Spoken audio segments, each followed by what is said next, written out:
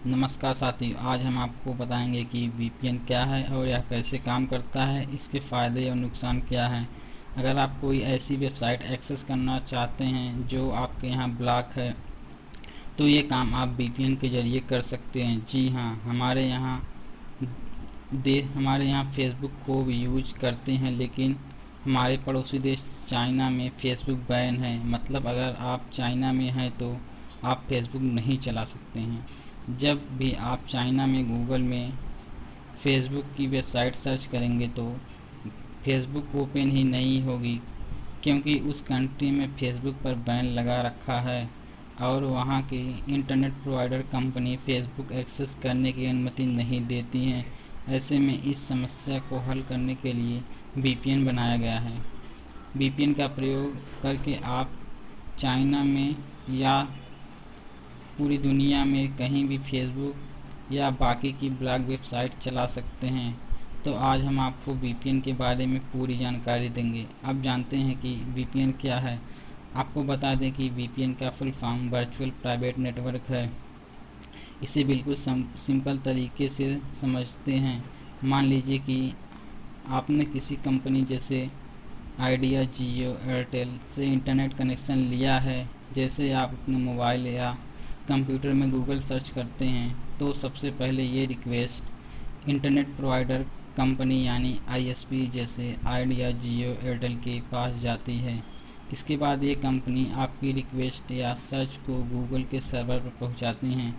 आपको बता दें कि ये आईएसपी आपके इंटरनेट कनेक्शन को किसी विशेष साइट को एक्सेस करने पर ब्लॉक भी कर सकती है। इसी कारण आप फिल्म या मूवी को टोरेंट के जरिए डाउनलोड नहीं कर पाते हैं, क्योंकि कॉपीराइट की वजह से सरकार ने इन वेबसाइट को आईएसपी से कहकर ब्लॉक करवा दिया है। ऐसी स्थिति में हम किसी भी ब्लॉक वेबसाइट को एक्सेस करके और अपनी आईपी एड्रेस को छुपाने के लिए वीपीएन का प्रयोग करते हैं।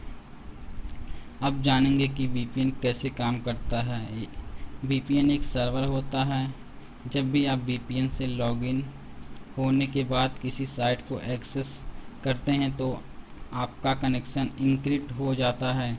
यह एक ऐसा कनेक्शन होता है जो किसी को भी पता नहीं चलता। ऐसी स्थिति में आईएसपी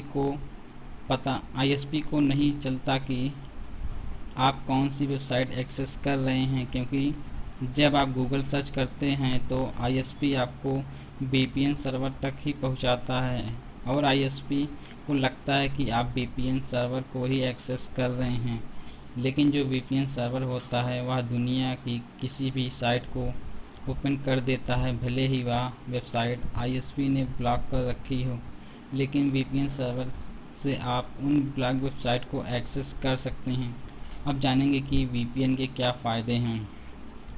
सबसे पहला फ़ायदा यही है कि आप इससे किसी भी ब्लॉग वेबसाइट को ओपन कर सकते हैं। दूसरा फ़ायदा है कि आप अपनी कंट्री की लोकेशन चेंज कर सकते हैं। जैसे चाइना में फेसबुक ब्लॉक है तो चाइना वाले लोग वीपीएन से अपनी कंट्री लोकेशन चेंज करके फेसबुक यूज कर सकते हैं। और इसके तीसरे फ़ायदे के बारे में जानते हैं। इंटरनेट पे आपको वीपीएन की फ्री सर्विस और पेड भी मिल जाती है। आप चाहे तो वीपीएन सर्विस को फ्री में इस्तेमाल कर सकते हैं। गूगल प्ले स्टोर में कई ऐप हैं जो फ्री में वीपीएन की सर्विस प्रोवाइड कराते हैं। अब जानते हैं कि इसके चौथे फ़ायदे के बारे में। जब आप वीपीएन सर्विस यूज करते हैं तो सारा कनेक्शन इनक्रिप्ट हो जाता है, इसलिए इस सर्विस का इस्तेमाल करके आप हैकर से बच सकते हैं। अब वीपीएन के नुकसान के बारे में जानते हैं। कई लोग मानते हैं कि वीपीएन को यूज करने से उन्हें कोई पकड़ नहीं पाता, लेकिन ये गलत है। आप पूरी तरह से अपने आप को छुपा नहीं पाते, क्योंकि वीपीएन सर्वर में आपका डाटा मौजूद रहता है। अब इसके दूसरे नुकसान के बारे में जानते हैं। कई फ्री वीपीएन सर्विस आपके डेटा को मिसयूज भी कर सकती हैं, क्योंकि उनके पास आपने जो भी एक्सेस किया है उसकी पूरी डिटेल होती है। अब इसके तीसरे नुकसान के बारे में जानते हैं। वीपीएन का सबसे बड़ा नुकसान ये है कि इसे यूज करके हैकर अपनी कई हद तक अपनी पहचान छुपाने में कामयाब हो जाते हैं। इसके चौथे नुकसान के बारे में जानते हैं। अगर आप वीपीएन का इस्तेमाल करके इंटरनेट चला रहे हैं तो आपको लो स्पीड मिलेगी, क्योंकि आपको आपके और गूगल के बीच एक सर्वर जो जोड़ता है, इसे वीपीएन सर्वर कहते हैं। आशा करता हूँ कि यह मेरा वीडियो आपको पसंद आया होगा। पसंद आया हो तो लाइक, सब्सक्राइब और शेयर करना ना भूलें। मिलेंगे अगले वीडियो में। जय हिंद।